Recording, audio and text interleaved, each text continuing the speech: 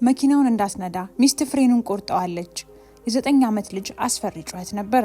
በኒውዮርክ ውስጥ ካሉት ሀብታም የአረብ ነጋዴዎች አንዱ በሆነው የ42 ዓመቱ ካሊል አልሐሰን መኖሪያ ቤት የግል የመኪና ማቆሚያ ስፍራ ውስጥ አስተጋባ።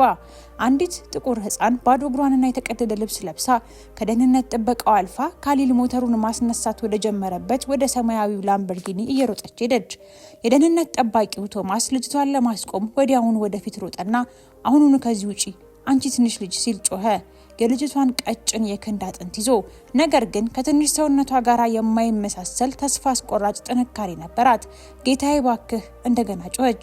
በመስታወቱ በኩል በቀጥታ ወደ ካሊል እያየች ሚስት ፍሬኑን ቆርጠዋለች፣ ልትሞት ትችላለህ አለችው። ካሊል ሞተሩን አጠፋው። እነዚህ ቃላት ቀልድ ወይም የተለመደ የገንዘብ ልመና አይመስሉም። በልጅቷ ድምጽ ውስጥ የነበረው አስቸኳይና እውነተኛ ፍርሃት እንዲጠራጠር አደረጉት። ልቀቃት አለ ካሊል ከመኪናው እየወጣ። ልጅቷ እየተንቀጠቀጠች ነበር፣ በብርድ ሳይሆን በፍርሃትና በድካም ምክንያት። ትላልቅ አይኖቿ የሚረብሽ ኃይለኛ ስሜት ጭነውበታል። እኔ ማን እንደሆንኩ እንዴት አወቅሽ? ካሊል በጥንቃቄ ጠየቀ። ሚስቴ ማን እንደሆነችስ እንዴት አወቅሽ? ትላንት ማታ አይቻታለሁ ስትል ልጅቷ እያለቀሰች መለሰች። መሳሪያዎችን ይዛ ጋራዥ ውስጥ ነበረች። ከመኪናው ስር ሽቦዎቹን ቆረጠች። በስልክ ወደ ቤት እንደማትመለስ ስትናገር ሰምቻታለሁ አለች። ካሊል የድንጋጤ ስሜት ወረረው። የ35 ዓመቷ ሚስቱ ቪክቶሪያ ለሳምንታት እንግዳ ነገር ስትሰራ እንደቆየች፣ የጤና እክል እንዳለባት በመግለጽ የልደት ጉዟቸውን እንደሰረዘች፣ ሌሊቱን ሙሉ በስልክ በሹክሹክታ እንደቆየችና በዚያ ቅጽበት ካልጋ ለመነሳት በጣም ታማ እንደነበር አስተዋለ። እየዋሸሽ ነው አለ ካሊል። ነገር ግን ድምፁ እምነት አልነበረውም። አልዋሸውም። ልጅቷን በዋን በቆሸሸ ፊቷ ላይ እየፈሰሰች ጮኸች። ወላጆቼ ከ2 ዓመት በፊት በእንደዚያ ምክንያት ሞተዋል። አንድ ሰው የመኪናውን ፍሬን ቆረጠ። እኔ በኋላ ወንበር ላይ ነበርኩኝ። በመኪና ማቆሚያ ቦታ ላይ ጸጥታ በጣም ሰንፈነ። ስምሽ ማን ነው? ካሊል በእርጋታ ጠየቃት። አሚራ አለች በተቀደደ አሮጌ ልብሷ አፍንጫዋን እየጠራረገች። አሚራ ጆንሰን። አንዳንድ ጊዜ ከቤት ግድግዳ ጀርባ ተኛለሁ፣ ለዚያም ነው ያየሁት አለች። ካሊል ለመጀመሪያ ጊዜ በቅርበት ተመለከታት። የተጠማዘዘ ጸጉር፣ ትልቅ ልብስ፣ ባዶ እግሯ በቆሰለ ቁስል ተሸፍኗል። ነገር ግን በጣም ያስጨነቁት አይኖቿ ነበሩ። በጣም ብዙ ያዩ አይኖች ነበሩ። ቶማስ መኪናውን ፈትሽ ካሊል አዘዘ። ጌታዬ ይህ አስቂኝ ነው፣ እሷ የጎዳና ላይ ልጅ ነች አለ ቶማስ። አሁኑኑ በማለት ካሊል ጮኸ።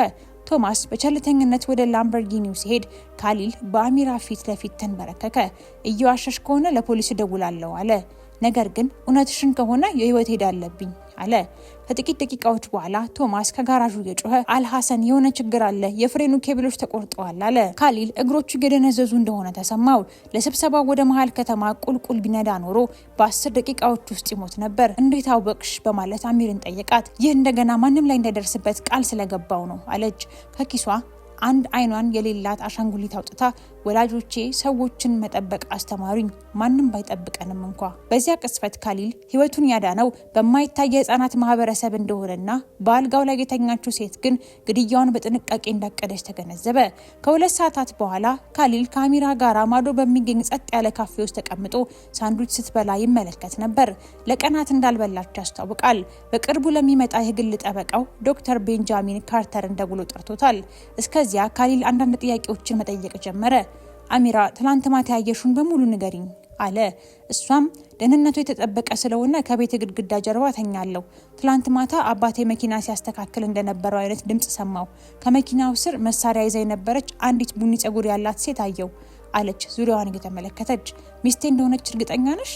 ሲል ካሊል ጠየቃት። ምክንያቱም ቪክቶሪያ ሌሊቱን ሙሉ ራሴን አሞኛል እያለች ነበረ። በስልክ ነገ ጠዋት ሲሄድ አደጋ የተፈጠረ ይመስላል ስትል ሰምቻለሁ አለችኝ። ዶክተር ካርተር ደረሱና በጥንቃቄ አሚራ ያወራችሁን ካደመጡ በኋላ ይሄ ግድያ ሙከራ ነው፣ ግን ከልጅቷ ምስክርነት የበለጠ ማስረጃ ያስፈልጋል አረ ካርተር። ወደ መኖሪያ ቤቱ እንሂድና ከዚያ እንመረምራለን። አሚራም የምትቆይበት ቦታ ስለሌለ ካሊል ወደ ቤቱ ይዟት መጣ። ቪክቶሪያ ነጭ የሐር ካባ ለብሳ ደረጃውን ወረደች። ጸጉሯን ባመረ መልኩ ተሰርቷል። ውዴ በጊዜ ተመለስክ አለችው ጉንጩን እየሳመችው። የሚቆይ ስብሰባ አለፍ እያስቤ ነበር። እሱም የእቅዶች ለውጦች ተደረጉ። ቪክቶሪያ ይህ ዶክተር ካርተር ነው ጠበቃይ እና ይቺ ደግሞ አሚራ አለ ቪክቶሪያ ልጅቷን እየተመለከተች። ካሊል ከዚህ በፊት ያላስተዋለውን ነገር አየ። በሚስቱ ሰማያዊ አይኖች ውስጥ የድንጋጤ ብልጭታ ነበረ። ቪክቶሪያ በፈገግታ በቤታችን ውስጥ ለምንድነው ቆሻሻ ልጅ ያለችው በማለት የንቀት ጥያቄ ያቀረበች። ዛሬ ህይወቴን አዳነችልኝ ሲል ካሊል መለሰ። ምን ማለት ነው? ድምጿ በሚያስገርም ሁኔታ እየተንቀጠቀጠ። አንድ ሰው በሌሊት የላምበርጊኒውን ፍሬን ገመዶች ቆርጦታል አለ። ቪክቶሪያ እጇን ደረቷ ላይ ያደረገች። በጣም አስፈሪ ነው፣ ማን እንዲህ ያለ ነገር ያደርጋል አለች። አሚራ ወደ ካሊል ጀርባ ተጠጋች። ትንንሽ እጆቿ ሲንቀጠቀጡ ተሰማው። እስካሁን አናውቅም፣ ካሊል ዋሸ፣ ግን እናገኘዋለን። ዶክተር ካርተር ምርመራውን ያደርጋል አለ። አሁን መተኛት አለብኝ። ይህንን ዜና ስሰማ የማዞር ስሜት እየተሰማኝ ነው አለች ቪክቶሪያ። በፍጥነት ደረጃዎቹን ወጣች። ልክ እንደሄደች ካርተር በሹክሹክታ ውሸታም ነች፣ የሰውነት ቋንቋ አገላለጾች ሁሉም ነገር የጥፋተኝነት ስሜት እንደሆነ ይናገራሉ አለ። ዶክተር ካርተር ቦርሳውን ከፍቶ አንዳንድ ሰነዶችን አወጣ። አንተ ካፌ ውስጥ ያለክ ቅድመ ዝግጅት አድርጌ ነበር። ሚስትህ በስምህ $10 ሚሊዮን የሚያወጣ ከ3 ወራት በፊት የተወሰደ የህይወት ኢንሹራንስ ፖሊሲ አላት። $10 ሚሊዮን? እኔ እሱን አልፈረምኩም አለ ካሊል። ካርተርም ነገር ግን ያንተ ፊርማ አለበት አለው። በድንገት አሚራ የእጅ ሴት አንድ ነገር ይዛ እየወረደች ነው አለች በሹክሹክታ። ቪክቶሪያ በደረጃው አጋማሽ ላይ ቢላዋ ይዛ ቆመች። ካሊልም ቪክቶሪያ ምን እያደረግሽ ነው አላት በተረጋጋ መንፈስ። ይቺ የተረገመች ልጅ ሁሉንም ነገር አበላሽተዋለች አለች። ዶክተር ካርተር በዘዴ ስልኩን አውጥቶ ፖሊስ ጠራ። አሚራ ከካሊል ጀርባ የበለጠ ተሸሸገች። ቪክቶሪያ ቢላውን አስቀምጩ፣ ስለዚህ ጉዳይ መነጋገር እንችላለን አለ። መነጋገር? ቪክቶሪያ ሳቀች። 5 ዓመት ሙሉ ጥሩ ሚስት በመሆን አሰልቺ ከሆኑ ጓደኞቻችሁ ፊት ፈገግ እያልኩ ስለማይመለከተኝ የንግድ ስራ እንደማሰብ በማስመሰል ቆየው እና በመጨረሻ ይህን ነገር ላጠናቅቀው ስወስን አንድ የጎዳና ተዳዳሪ ሁሉንም ነገር አበላሸችው አለች። ለምን ልትገድኝ ትፈልጊያለሽ? ካሊል ጠየቀ። ምክንያቱም በቀሪ ህይወቴ አንተን ከመታገስ $10 ሚሊዮን ይበልጣል ቪክቶሪያ እንደቀላሉ ተናገረች። እና የሚጠብቀኝ ሰው ስላለኝ በእውነት የሚወደኝ ሰው። አሚራ ወደሱ ተጠጋችና ወላጆችን የገደለችው እሷ ነች ማለት ጮኸች። ከባድ ጸጥታ ሰፈነ። ብቸኛው ድምጽ ከሩቅ የሚሰማው የፖሊስ መኪና ጩኸት እየቀረበ ነበር። ቪክቶሪያ በደረጃው መሃል ቆመች። ምን አልሽ አንቺ አለች። ጥቂት ተጨማሪ ደረጃዎችን ወረደች። ቢላዋ በእጇ ውስጥ እየተንቀጠቀጠ ወላጆችን ገለሻቸዋል አሚራ ደገመች። ከካሊል ጀርባ ስለቆመች ድምጿ አሁን እየጠነከረ መጣ። ፊትሽን አስታውሳለሁ፣ በቀብር ስነ ስርዓታቸው ላይ ጋዜጠኛ መስለሽ መተሽ ነበረ። ካሊል ከስሩ ያለው መሬት ተንቀጠቀጠበት። ቪክቶሪያ ይህ እውነት ነው ሲል ጠየቀ፣ ድምጹን ዝቅ አድርጎ። በጭራሽ አይደለም ቪክቶሪያ ጮኸች። ነገር ግን ዶክተር ካርተር ስልኩን አንስቶ ሁሉንም ነገር እየቀረጸ ነበር። አባቴ ከሚሰራበት መጋዘን ውስጥ እቃዎች እየሰረቅሽ እንደሆነ ተረዳ። አሚራ ቀጠለች። እንባዋ ግን በፊቷ ላይ እየፈሰሰ ነበር። ሊያመለክትብሽ ነበር፣ ስለዚህ አንቺ የመኪናውን ፍሬን በጠሽበት። ዝም በይ ብላ ቪክቶሪያ ጮኸች። ከዚያም ሁከቱን በሚያቋርጥ ጸጥታ በተሞላ ድምጽ ዶክተር ካርተር፣ ቪክቶሪያ ወይስ በእውነተኛ ስምሽ ልጥራሽ? ክሪስቲን ፓልመር። ቪክቶሪያ ቀዘቀዘች። በጥንቃቄ የተሰራው የውበት ጭንብል ተሰበረ እና ተስፋ የቆረጠችውን ሴት አጋለጠ። ያንን ስም እንዴት አወክ? በማለት ጠየቀች። ባለፉት 2 ሰዓታት በጥልቀት ስለመረመርኩሽ። ካርተር ከቦርሳው ሰነዶችን አወጣ። ክሪስቲን ፓልመር በብዙ ሀገራት ውስጥ በኢንሹራንስ ማጭበርበር በኤፍቢአይ ትፈልጊያለሽ። ሁልጊዜ በተመሳሳይ ዘዴ ሀብታም ወንዶችን ታገቢያለሽ፣ ትላልቅ ኢንሹራንስ ትወስጃለሽ፣ ከዚያም አደጋዎች ይከሰታሉ። ካሊል የማቅለሽለሽ ስሜት ተሰማው። ካርተር ተናገረ። የአሚራ ወላጆች የዋስትና ጉዳይ ደርሶባቸዋል። አባቷ ክሪስቲን የክፍሎቹን መጋዘን ለስራዎቿ መሰረት የተጠቀመች መሆኑን ተረድቷል። ቪክቶሪያ ክሪስቲን በድንጋጤ ሳቅ ፈነዳች። ለ5 ዓመታት ታዛዥ የአረብ ሚስት መስላ ኖራለች።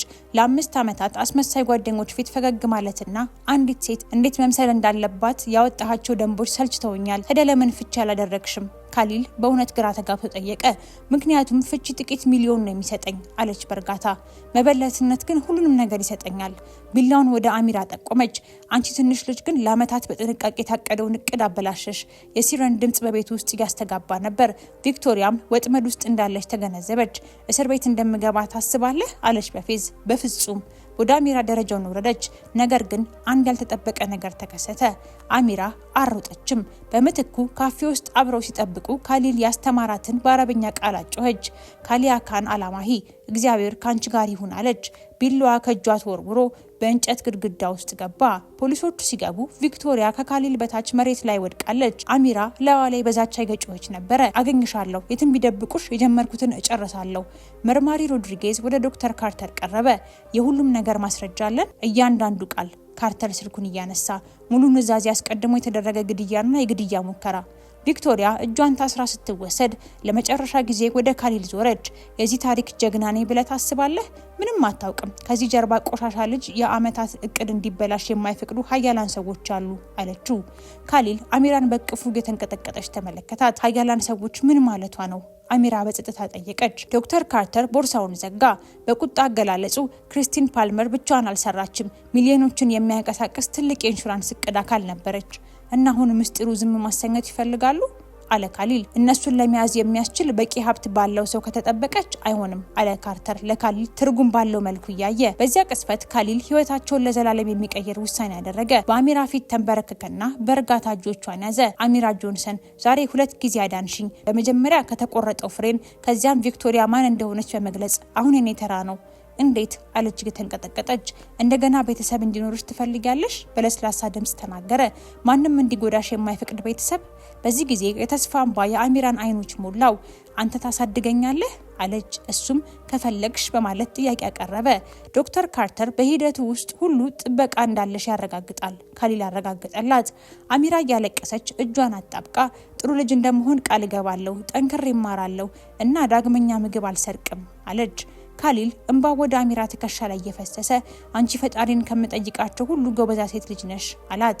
ከ6 ወራት በኋላ የማንሃተን የፌዴራል ፍርድ ቤት ተጠናቀቀ። ክሪስቲን ፓልመር ብርቱካናማ የእስር ቤት ዩኒፎርም ለብሳ ከጠበቆቿ አጠገብ ተቀምጣ ካሊል፣ አሚራና ዶክተር ካርተር አብረው የተቀመጡበትን የአቃቢ ሕግ ጠረጴዛ ላለማየት እየሞከረች ነው። ተፈራታለሽ? ካሊል በቀስታ ጠየቀ። አሚራ ጸጉሯን በሚያምር ሁኔታ የተሰራና ውብ ሰማያዊ ቀሚስ ለብሳ ጭንቅላቷን ነቀነቀች። ከእንግዲህ በኋላ አልፈራትም። መጥፎ ሰዎች ስልጣን የሚኖራቸው ጥሩ ሰዎች ዝም ሲሉ ብቻ እንደሆነ አስተማርከኝ። ክሪስቲል ከታሰረች በኋላ በተደረገው ምርመራ ከ10 ዓመት በላይ ሲሰራ የቆየ ዓለም አቀፍ የወንጀል መረብን አጋልጧል። 12 ሰዎች ተይዘዋል። ከነዚህም ውስጥ የክሪስቲን እውነተኛ የወንድ ጓደኛ በ5 ሀገራት ውስጥ ቢያንስ 15 ባለጸጋ ወንዶችን ግድያ በማቀነባበር ኃላፊነት የተሰጠው ሙስና የኢንሹራንስ አማካሪ ይገኙበታል። ፍርድ ቤቱ አሁን በችሎት ላይ ነው ሲል ፖሊስ አሳወቀ። ክሪስቲን ፓልመር የአሚራን ወላጆች ሞት፣ የግድያ ሙከራ፣ የኢንሹራንስ ማጭበርበር፣ የወንጀል ሴራና የካሊል አልሃሰንን ግድያ ሙከራ በማድረግ ጥፋተኛ ሆና ተገኝታለች። ስለዚህም የእድሜ ልክ እስራት ተፈርዶባታል። የዳኛው ዱላ በፍርድ ቤት ውስጥ ሲያስተጋባ ክሪስቲን በመጨረሻ አሚራን ተመለከተች። ነገር ግን በፍርሃት ፈንታ የበለጠ ኃይለኛ ነገር አየች፣ ርህራሄ። አባዬ፣ አሚራ በሹክሹክታ አሳዘነችኝ። እውነተኛ ቤተሰብ መኖሩ ምን እንደሚመስል በፍጹም አታውቅም። ካሊል በኩራት ፈገግ አለ። ልዩ የሚያደርግሽ ይሄ ነው ሀቢቢ፣ ልብሽ ለጥላቻ ምንም ቦታ የለውም።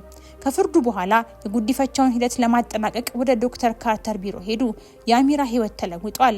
በኒውዮርክ ካሉት ምርጥ የግል ትምህርት ቤቶች በአንዱ ገብታ ራሷን በመረጠችው ልዕልት መኝታ ቤት ተኛለች። እናም ለሂሳብ አስደናቂ ተሰጥኦ እንዳላትም ተገንዝባለች። ከክርስቲና አካውንት የተገኘ ገንዘብስ ሲል ካሊል ጠየቀ። ከሰለባዎቿ የተሰረቀ $2 ሚሊዮን ለተረፉት ቤተሰቦች ተመልሷል ሲል ካርተር መለሰ። ያልተጠየቀው ክፍል ለጎዳና ተዳዳሪዎች የሚበረከት ገንዘብ ይሆናል። የአሚራ ተስፋ ፋውንዴሽን አሚራ በኩራት ተናገረች። 43 ልጆችን አስቀድመን ረድተናል። ከ6 ወራት በፊት ካሊል አልሃሰን ስኬታማ ግን ብቸኛ ነጋዴ ነበር። ግድያውን የምታሰር ሴት አግብቶ ነበር። አሁን እውነተኛ ሀብት በባንክ አካውንት የማይለካ ያስተማረችው ልጅ አባት ነው። አባዬ አለች አሚራ ወደ 5ኛው ጎዳና ሲሄዱ። ወላጆቼ በእኔ ይኮሩብኛል ብለህ ታስባለህ? ካሊል እዚያው በእግረኛ መንገድ ላይ ተንበረከከ። የማወቅ ጉጉት ያላቸውን አይኖች የተመለከተ። ወላጆችሽ ደፋር፣ ሀቀኛና ደግ እንድትሆኚ አድርገው አሳድገውሻል። ቃላት ከሚሉት በላይ ባንቺ ይኮራሉ፣ ይወዱሻልም አላት። አሚራ አጥብቃ እያቀፈችው እነሱ እንደሚወዱኝ ሁሉ አንተም ትወደኛለህ አለች። በዚህ ምሽት ካሊል አልጋ ላይ ሲያስቀምጣት በግድያ ሙከራ የጀመረ አንድ ቀን በህይወቱ ውስጥ በጣም አስፈላጊው ቀን እንዴት እንደሆነ አሰበ። አባዬ፣ አሚራ በሹክሹክታ ሚስጥር ልነግርህ እችላለሁ? ንገሪኝ ሀቢቢ። የዛን ዕለት በድንገት ከግድግዳ ጀርባ አልተኛሁም። ቤትህን ለ1 ሳምንት ጠብቅ ነበር። ሁልጊዜም ለድመቶች ምግብ ትተህ ትሄድ ነበር። ለእንስሳት ደግ ከሆንክ ምናልባት ለልጆችም ደግ ትሆናለህ ብዬ አሰብኩኝ። የካሊል አይኖች በእንባ ተሞሉ። ስለዚህ ድመቶችን ስለመገብኩን ያዳንሽኝ? አይ፣ አሚራ ፈገግ ብላ ልክ አሁን እንደምትጠብቀኝ ሁሉ ጥሩ ሰዎችም ሊጠበቁ ስለሚገባቸውን ያዳንኩ አለች። ከ1 ዓመት ተኩል በኋላ ካሊል በዓለም አቀፍ የህፃናት መብቶች ኮንፈረንስ ላይ ቆሞ የ10 ዓመት ሴት ልጁን በእንግሊዝኛ በአረብኛና በስፓኒሽ አቀላጥፋ ስትናገር ይመለከት ነበረ። አባቴ ከየት እንደመጣን ወይም ምን ያህል ገንዘብ እንዳለን ምንም ለውጥ እንደማያመጣ አስተምሮኛል። አሚራ በልበ ሙሉነት ተናገረች። አስፈላጊው ነገር ማንም ሰው በማይመለከትበት ጊዜ አንድን ሰው ለመርዳት ድፍረት አለን ወይ የሚለው ነው። አንዳንድ ጊዜ ህይወትን ማዳን አትንዳ ብሎ መጮህ ያክል ቀላል ነው። ታዳሚው በጭብጨባ ጮኸ። የአሚራ ተስፋ ፋውንዴሽን አሁን በ12 ከተሞች ውስጥ የሚሰራ ሲሆን ከ500 በላይ ልጆች ከመንገድ እንዲወጡ ረድቷል። አሚራ እያንዳንዱን ሰው ለማግኘት ተልዕኮዋን አድርጋለች።